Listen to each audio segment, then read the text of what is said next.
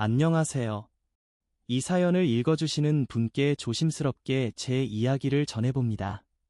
이 편지를 쓰기까지 참 오래 망설였습니다. 부모 이야기는 늘 제 마음을 건드리는 주제였고, 말로 꺼내면 눈물이 먼저 나올 것 같았기 때문입니다. 하지만 언젠가부터 지금 기록하지 않으면 내 기억 속에서만 남아 사라질 이야기들이 있겠다. 라는 생각이 들었습니다.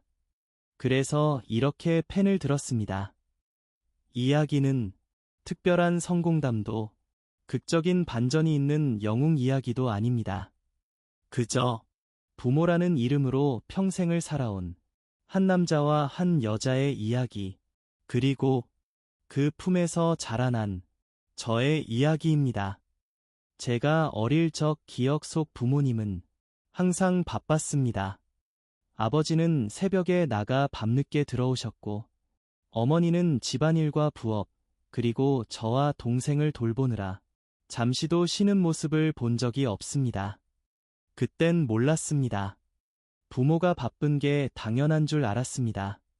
아침에 눈을 뜨면 밥상은 이미 차려져 있었고, 학교에서 돌아오면 집안엔 늘 사람이 살고 있다는 흔적이 있었습니다.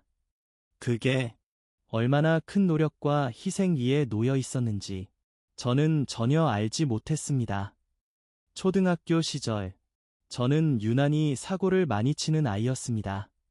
학원비가 아깝다는 말은 한 번도 들어본 적이 없었고, 갖고 싶다는 말을 하면 며칠 뒤 어김없이 손에 쥐어졌습니다.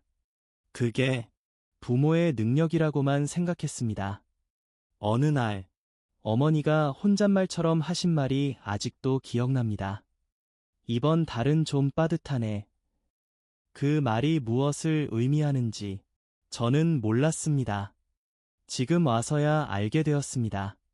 그 말은 부모가 스스로를 뒤로 미루겠다는 신호였다는 것을. 중학생이 되면서 저는 부모에게 가장 잔인한 사람이 되었습니다. 말투는 날카로워졌고, 표정은 늘 불만으로 가득 찼습니다. 아버지가 말을 걸면 대답 대신 한숨이 먼저 나왔고, 어머니의 잔소리는 세상에서 가장 듣기 싫은 소리가 되었습니다. 그 시절에 저는 부모가 나를 이해하지 못한다고 믿었습니다. 하지만 지금의 저는 압니다. 그 시절의 부모는 저를 이해하지 못해도 이해하려 애쓰던 사람들이었다는 걸. 아버지는 말수가 적은 분이셨습니다. 괜찮다. 다 된다. 걱정 마라. 그 짧은 말들이 아버지의 전부였습니다. 어느 겨울, 아버지의 작업복에서 기름 냄새와 함께 찬 공기가 묻어나던 날이 있었습니다. 그날 저는 처음으로 아버지의 등을 오래 바라보았습니다.